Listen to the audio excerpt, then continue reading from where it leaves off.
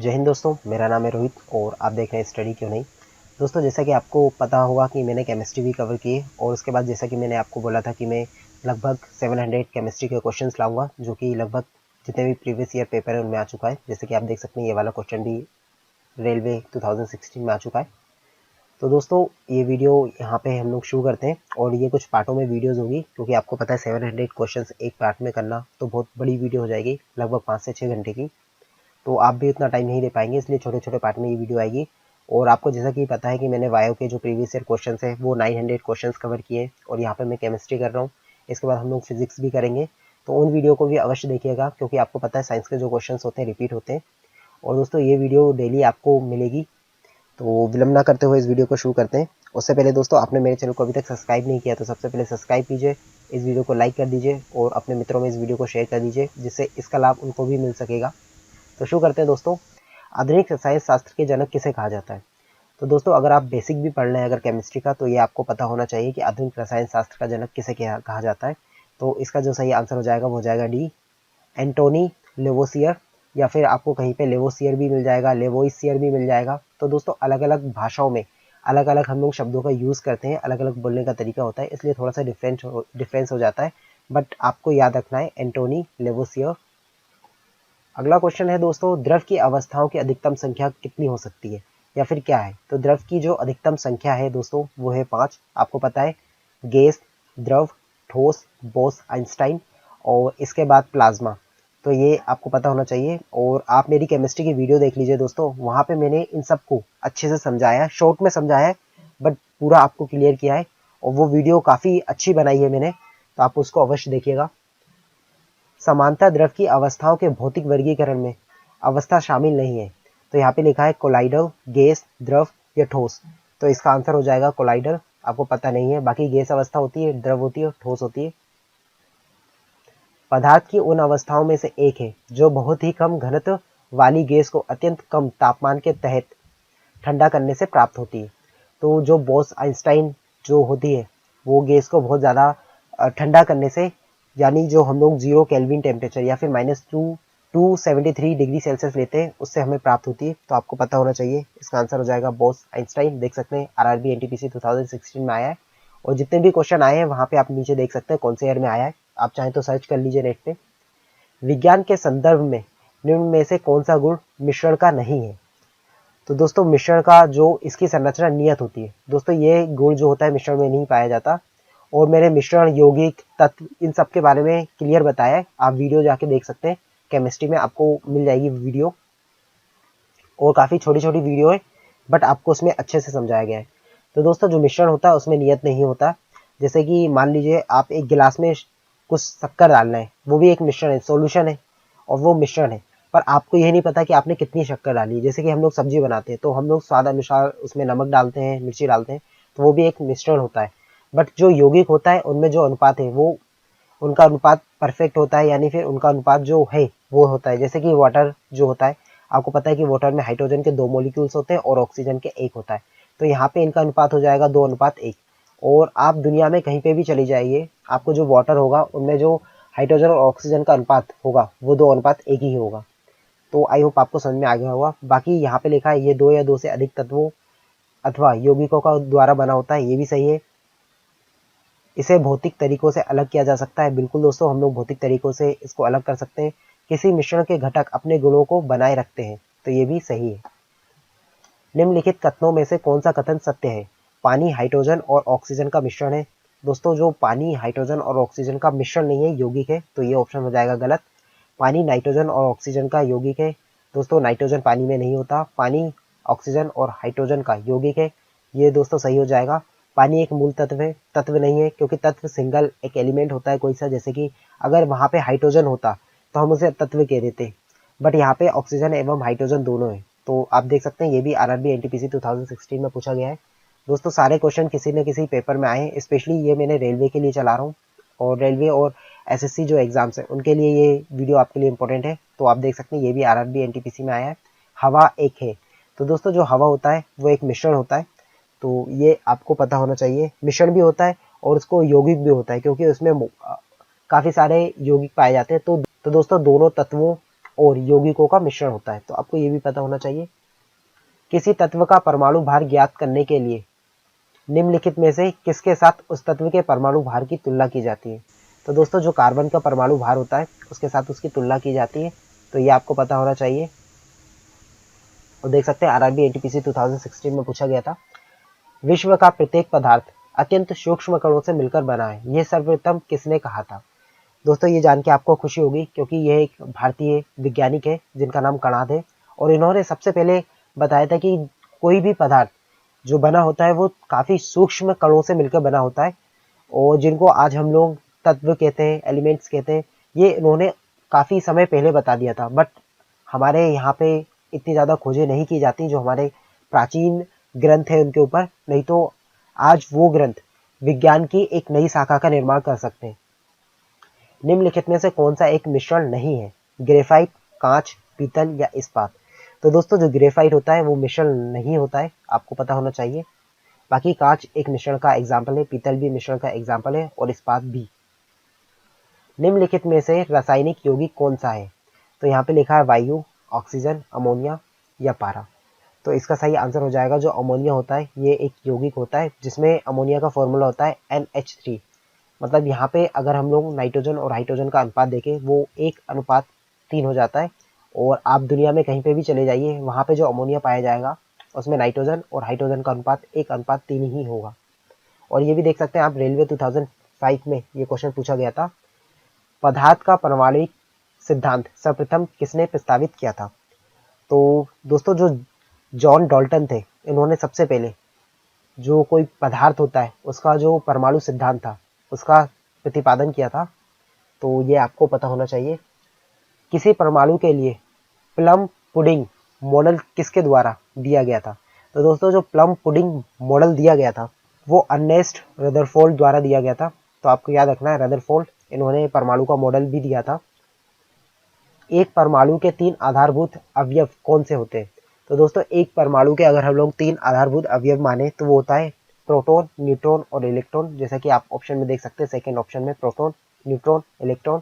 और वहीं पे मैं आपको बता दूं जो इलेक्ट्रॉन होता है उसमें नेगेटिव चार्ज होता है, जो प्रोटॉन होता है उसमें पॉजिटिव चार्ज होता है, और जो न्यूट्रॉन होता है उस पर कोई सा भी चार्ज नहीं होता। तो ये भी आपको पता होना चाहिए, एसएससी 2013 में पूछा गया था।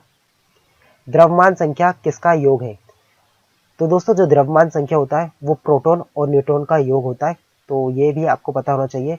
अगर दोस्तों आपको कहीं पे भी परमाणु भार दे दिया जाए या फिर परमाणु द्रव्यमान दे दिया जाए और वहां पे आपको प्रोटॉन संख्या या फिर परमाणु क्रमांक या इलेक्ट्रॉन की संख्या मिली हो तो आप न्यूट्रॉनों की संख्या भी निकाल सकते हैं।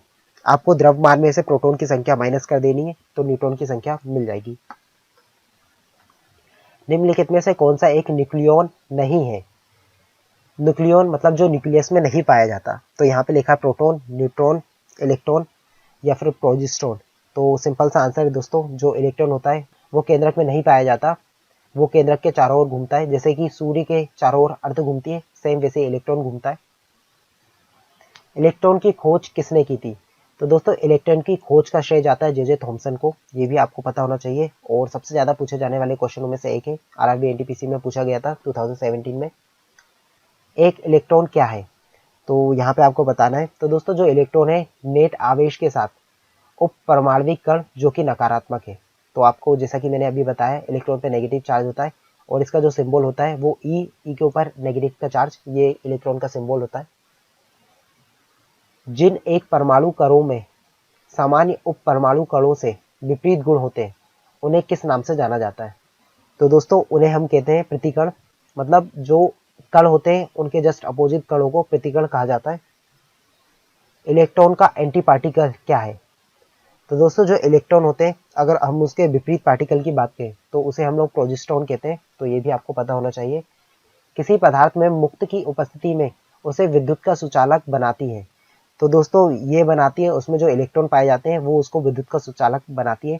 और दोस्तों कभी भी आपके जो वायर में करंट बहती है तो उसमें भी इलेक्ट्रॉन्स पाए जाते हैं और इसीलिए इलेक्ट्रॉन के नाम के कारण उनका नाम इलेक्ट्रिसिटी पड़ा है। मतलब आपके लाइट आती है उसमें भी इलेक्ट्रॉन का फ्लो होता है, तो उसी के कारण एनर्जी जनरेट होती है। तो ये भी आपको पता होना चाहिए नॉर्मल आपके जीके के लिए। देख सकते हैं आरआरबी एनटीपीसी 2017 में पूछा गया था। न्यूट्रॉन की खोज की थी तो दोस्तों न्यूट्रॉन की खोज की गई थी चैडविक द्वारा, ये भी आपको पता होना चाहिए। कर्ल बोसोन नाम का संबंध किस नाम से? तो दोस्तों जो कर्ल बोसोन नाम का संबंध है वो है एस एन बोस से। आपको वहां पे कंफ्यूज करने के लिए जेसी बोस भी देंगे, बट यहाँ पे जो आंसर हो जाएगा एस एन बोस। और आपने सोचा होगा दोस्तों इसको बोस आइंस्टाइन क्यों कहा जाता है, क्योंकि दोस्तों बोसोन जो कण होता है उसकी खोज तो एस एन बोसोन द्वारा की गई थी, परंतु उसको प्रामाणिकता देने का जो काम था वो आइंस्टाइन द्वारा दिया गया था, क्योंकि उस समय जो आइंस्टाइन थे काफी प्रसिद्ध हो चुके थे और उन्हें दुनिया का सबसे बड़ा साइंटिस्ट माना जाता था और अभी भी माना जाता है। तो उस टाइम कुछ भी आविष्कार होता था तो आइंस्टाइन द्वारा उसको प्रमाणित करवाना पड़ता था, इसलिए इसका जो नाम पड़ा है वो बोस आइंस्टाइन कण पड़ा है। तो ये भी आपको थोड़ा नॉलेज होना चाहिए इसके बारे में। निम्नलिखित में से कौन सा कथन सही है? तो दोस्तों इसमें जो आपको दिए गए इसका सही उत्तर हो जाएगा डी, एक परमाणु के नाभिक में प्रोटॉन और न्यूट्रॉन दोनों विद्यमान रहते हैं। तो दोस्तों ये सही बात है, प्रोटॉन और न्यूट्रॉन जो पाए जाते हैं वो एक परमाणु के नाभिक में पाए जाते हैं। बाकी ऊपर ऑप्शन आपको दिया गया है कि नाभिक में केवल इलेक्ट्रॉन होते हैं, जो कि गलत है। मैंने जैसे कि बताया कि ये नाभिक के चारों ओर घूमते हैं। और यहाँ पे बोला गया है कि नाभिक में इलेक्ट्रॉन और प्रोटॉन दोनों विद्यमान रहते हैं, तो ये भी गलत हो जाएगा। और तीसरे ऑप्शन में बताया गया था कि नाभिक में केवल न्यूट्रॉन होते हैं, तो ये भी गलत है। अगला क्वेश्चन पूछा गया है कि निम्नलिखित कथनों में से कौन सा एक सही नहीं है? तो दोस्तों क्वेश्चन ध्यान से पढ़ना है। यहाँ पे पूछा गया है कौन सा सही नहीं है। तो यहाँ पे दिया गया है विभिन्न तत्वों के परमाणुओं की द्रव्यमान संख्या समान हो सकती है, तो ये सत्य है दोस्तों। जैसे कि हम लोग बात करें यहाँ पे आर्गन और जो पोटेशियम होती है, दोनों के जो परमाणु भार होता है वो 40 होता है। तो ये भी आपको पता होना चाहिए कि परमाणु भार है समान हो सकते हैं। किसी तत्व के परमाणुओं की द्रव्यमान संख्या भिन्न भिन्न हो सकती है, तो ये भी सत्य है दोस्तों। जैसे कि हम लोग कार्बन की बात करें तो कार्बन के जो समरूप होते हैं तो उनमें कार्बन के जो परमाणु भार होता है एक में 12 होता है, एक में 14 होता है। तो यहाँ पे आप देख सकते हैं एक ही तत्व के जो परमाणु भार है अलग अलग हो सकते हैं। किसी तत्व के सभी परमाणु में प्रोटोनों की संख्या समान होती है, तो ये भी सही है दोस्तों। किसी तत्व में जो प्रोटॉन की संख्या होगी वो हमेशा समान होगी। जैसे कि यहाँ पे हम लोगों ने कार्बन की बात की थी, तो यहाँ पे जो प्रोटॉन की संख्या होगी वो 6 होगी, इसमें भी 6 होगी, बट उनके जो परमाणु भार है वो अलग होंगे। तीसरा बोला गया है कि किसी तत्व के सभी परमाणुओं में न्यूट्रॉनों की संख्या सदैव समान होती है। तो दोस्तों ये आंसर गलत हो जाएगा। आप देख सकते हैं सीडीएस 2016 में पूछा गया था, किसी परमाणु की परमाणविक संख्या से निम्नलिखित में से किसकी संख्या का पता चलता है? परमाणविक संख्या में से दोस्तों प्रोटॉन की संख्या का पता चलता है, प्रोटॉन और इलेक्ट्रॉन की संख्या का पता चलता है, परंतु यहाँ पे आपको दोनों ऑप्शन दिए गए तो यहाँ पे आपको प्रोटॉन लगाना है। तो दोस्तों याद रखना है, परंतु आपको ये भी याद रखना है कि जो इलेक्ट्रॉन और प्रोटॉन होती है इन दोनों की संख्या समान होती है। देख सकते हैं एनडीए 2011 और 2016 एसएससी में पूछा गया था, और इससे हमें पता चलता है जो क्वेश्चन होते हैं वो रिपीट होते हैं, जैसा कि मैंने बताया, बस थोड़ी सी लैंग्वेज चेंज हो जाती है। किसी तत्व का सर्वाधिक अभिलक्षणिक गुणधर्म निम्नलिखित में से कौन सा है? तो यहाँ पे लिखा है घनत्व, क्वथनांक, द्रव्यमान, परमाणु क्रमांक। तो इसका सही आंसर हो जाएगा दोस्तों डी, जो परमाणु क्रमांक है वो उसका अभिलाक्षणिक गुणधर्म है। निम्नलिखित तत्वों में से किसकी परमाणु संख्या फास्फोरस की तुलना में अधिक है? तो दोस्तों यहाँ पे लिखा गया है एल्यूमिनियम, सिलिकॉन, क्लोरीन, मैग्नीशियम। और दोस्तों जैसा कि मैंने आपको केमिस्ट्री पढ़ाया था तो उन वीडियो में मैंने कुछ पर्टिकुलर एलिमेंट्स दिए थे जिनको आपको याद रखना है, जिसके कारण आप ये सारी चीजें बता सकते हैं। तो दोस्तों मैं यहाँ पे आपको बता दूं, जो फास्फोरस का जो परमाणु क्रमांक होता है वो 15 होता है, और वहीं पे एल्यूमिनियम का जो परमाणु क्रमांक होता है वो 13 होता है, सिलिकॉन का जो परमाणु क्रमांक होता है वो 14 होता है, क्लोरीन का जो परमाणु क्रमांक होता है वो 17 होता है, और वहीं पे मैग्नीशियम की बात की जाए तो मैग्नीशियम का जो परमाणु क्रमांक होता है वो 12 होता है। तो यहाँ पे एक ही ऑप्शन आपको ज्यादा दिख रहा होगा 15 से, वो है क्लोरीन, जिसका जो परमाणु क्रमांक है वो 17 होता है, और वहीं पे परमाणु भार की अगर बात की जाए तो इसका परमाणु भार होता है 35.5।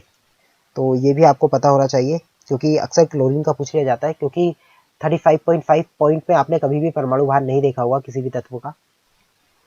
निम्नलिखित तत्वों में से किसकी परमाणु संख्या नियोन की तुलना में अधिक है? तो दोस्तों नियोन की तुलना में यहाँ पे आपको बताने किसकी परमाणु संख्या अधिक है।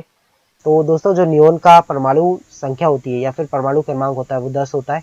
ऑक्सीजन की बात की जाए तो ऑक्सीजन का 8 होता है। मैग्नीशियम जैसे कि मैंने बताया, मैग्नीशियम का जो होता है वो होता है 12। नाइट्रोजन का 7 होता है, और दोस्तों जो बोरोन होता है, बोरोन का 5 होता है।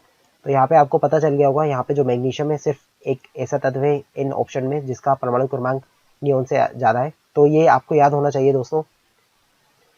निम्नलिखित तत्वों में से किसकी परमाणु संख्या आयरन की तुलना में अधिक है? दोस्तों आयरन की परमाणु जो संख्या होती है वो होती है 26, ये भी आपको पता होना चाहिए। वहीं पे मैग्नीज की अगर हम लोग बात करें तो दोस्तों जो मैग्नीज की परमाणु संख्या होती है वो होती है 25, कोबाल्ट की अगर हम लोग दोस्तों बात करें तो जो कोबाल्ट की परमाणु संख्या होती है वो होती है 27, यानी परमाणु क्रमांक होता है वो 27।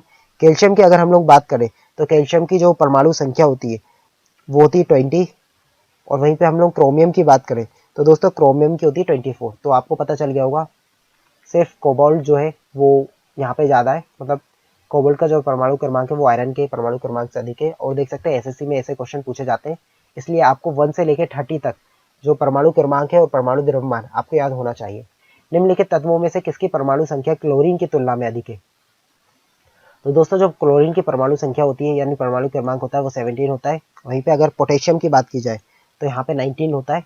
तो आपको पता चल गया होगा जो पोटेशियम है इसका सही आंसर हो जाएगा। वहीं पे अगर सल्फर की बात की जाए तो सल्फर की हो जाती है 16। एल्यूमिनियम की बात की जाए तो यहाँ पे 13 हो जाती है। वहीं पे फॉस्फोरस की बात की जाए तो फॉस्फोरस की दोस्तों 15 हो जाती है। तो आपको ये पता होना चाहिए। निम्नलिखित तत्वों में से किसकी परमाणु संख्या मैग्नीशियम की तुलना में अधिक है? मैग्नीशियम जिसको हम लोग Mg से डिनोट करते हैं, तो आपको ये पता होना चाहिए मैग्नीशियम Mg। यहाँ पे नियोन बोला गया है तो दोस्तों नियोन की 10 होती है। वहीं पे मैग्नीशियम की बात की जाए तो यहाँ पे 12 होती है मैग्नीशियम की। फ्लोरीन की दोस्तों 9 होती है, सोडियम की 11 होती है और जो एल्यूमिनियम होती है इसकी 13 होती है। तो दोस्तों यहाँ पे आंसर जो हो जाएगा वो जाएगा डी एल्यूमिनियम, जिसका परमाणु क्रमांक 13 होता है। ऋण आवेशित परमाणुओं में प्रोटॉनों की संख्या क्या है? तो दोस्तों जो ऋण आवेशित परमाणु होते हैं इनमें जो प्रोटॉनों की संख्या है वो तत्व के परमाणु क्रमांक से कम होती है। तो ये भी आपको पता होना चाहिए। किसी तत्व के एक परमाणु का द्रव्यमान संख्या 23 एवं परमाणविक संख्या 11 है तो उसमें होंगे। तो दोस्तों अगर किसी के परमाणु द्रव्यमान 23 है और परमाणविक संख्या यानी उसमें जो प्रोटॉन है वो 11 है। दोस्तों प्रोटॉन कह लो या इलेक्ट्रॉन कह लो, दोनों जो संख्या होती है इक्वल होती है। तो यहाँ पे इलेक्ट्रॉन और प्रोटॉनों की संख्या 11 है और यहाँ पे द्रव्यमान उनका 23 है। तो दोस्तों अगर हमें न्यूट्रॉनों की संख्या निकालनी है तो द्रव्यमान में से प्रोटॉन या इलेक्ट्रॉनों की संख्या को घटा दीजिए। तो यहाँ पे आंसर आ जाएगा दोस्तों 12, मतलब उसमें 12 न्यूट्रॉन होंगे। तो आपको देख लेना है 12 न्यूट्रॉन वाले कौन सा दिया गया है। यहाँ पे 11 न्यूट्रॉन, मतलब ये गलत हो जाएगा। यहाँ पे 12 न्यूट्रॉनों की बात की गई है तो दोस्तों ये ऑप्शन सही हो जाएगा, क्योंकि यहाँ पे 11 प्रोटॉन, 12 न्यूट्रॉन और 11 इलेक्ट्रॉन की बात की गई है। बाकी यहाँ पे भी आप देख सकते हैं 11 न्यूट्रॉन, ये भी गलत हो जाएगा और यहाँ पे न्यूट्रॉनों की बात नहीं की गई। तो इस प्रकार आप निकाल सकते हैं। एक परमाणु की परमाणु संख्या क्या होती है जिसमें 10 प्रोटॉन एवं 11 न्यूट्रॉन हो? तो दोस्तों यहाँ पे परमाणु संख्या उसकी हो जाएगी 10, क्योंकि मैंने बताया प्रोटॉनों की संख्या ही परमाणु संख्या होती है, या फिर जो इलेक्ट्रॉनों की संख्या होती है उसे हम लोग परमाणु संख्या कहते हैं। कार्बन के एक परमाणु में 6 प्रोटॉन होते हैं, इसकी द्रव्यमान संख्या 12 है। तो कार्बन के परमाणु में कितने न्यूट्रॉन होंगे? तो जैसा कि मैंने बताया द्रव्यमान में से आप लोग प्रोटॉन घटा दीजिए या फिर परमाणु संख्या घटा दीजिए तो आपको न्यूट्रॉनों की संख्या प्राप्त हो जाएगी। तो अगर हम लोग यहाँ पे 12 में से 6 माइनस कर दें तो यहाँ पे आपको 6 प्राप्त हो जाएगी, यानी इसमें न्यूट्रॉनों की संख्या 6 होगी। आयरन के न्यूक्लियस में 26 प्रोटॉन है। तो यहाँ पे पूछा गया है दोस्तों कि जो Fe है उस पर 2 चार्ज है प्लस के, तो इनमें आपको बताना है कि इलेक्ट्रॉनों की संख्या कितनी है। मतलब जो आपका आयरन है इसमें आपको 2 पॉजिटिव साइन दिए गए, तो यहाँ पे आपको इलेक्ट्रॉनों की संख्या बतानी है। तो दोस्तों यहाँ पे सही आंसर हो जाएगा 24, क्योंकि यहाँ पे आपको 2 पॉजिटिव साइन दिख रहे हैं, यानी इसने अपने 2 इलेक्ट्रॉनों को त्याग दिया, जिसके कारण यहाँ पे 2 पॉजिटिव साइन आ गई। अगर यहाँ पे नेगेटिव साइन होते तो दोस्तों इसने 2 इलेक्ट्रॉनों को गेन किया, तो तब इस कंडीशन में इसकी जो परमाणु संख्या होती वो 28 हो जाती। तो आपको ये पॉजिटिव और नेगेटिव का भी समझ में आ गया होगा। निम्नलिखित किन कणों में कणीय तरंग की द्विप्रकृति पाई जाती है? सो इसका आंसर हो जाएगा दोस्तों इलेक्ट्रॉन। इलेक्ट्रॉन में कण की द्विप्रकृति पाई जाती है। कितने प्रकार की क्वांटम संख्याएं होती हैं? तो दोस्तों जो टोटल क्वांटम संख्या की नंबर है वो 4 प्रकार की होती है, तो ये आपको पता होना चाहिए। चक्रण क्वांटम संख्या के कितने मान संभव है? तो दोस्तों जो चक्रण क्वांटम संख्या है इसके केवल 2 ही मान संभव है, नहीं, तो ये भी आपको पता होना चाहिए। तो दोस्तों ये वीडियो यहीं पे समाप्त हुई। आई होप आपको जो फर्स्ट पार्ट था वो समझ में आया होगा। काफ़ी चीज़ें मैंने आपको डिटेल में बताई जिससे आपको ये वीडियो अच्छे से समझ में आ जाए और केमिस्ट्री भी आपको समझ में आ जाए। ज़्यादा अगर आपको जानकारी चाहिए केमिस्ट्री के लिए तो आप प्लेलिस्ट में जाके मेरी केमिस्ट्री की पुरानी वीडियोस देख सकते हैं, उसमें आपको काफ़ी जानकारी मिल जाएगी। और दोस्तों ये वीडियो पसंद आई तो मेरे चैनल को अभी सब्सक्राइब कीजिए, लाइक कीजिए और शेयर कर दीजिए इस वीडियो को। मिलते हैं दोस्तों नेक्स्ट वीडियो में। जय हिंद।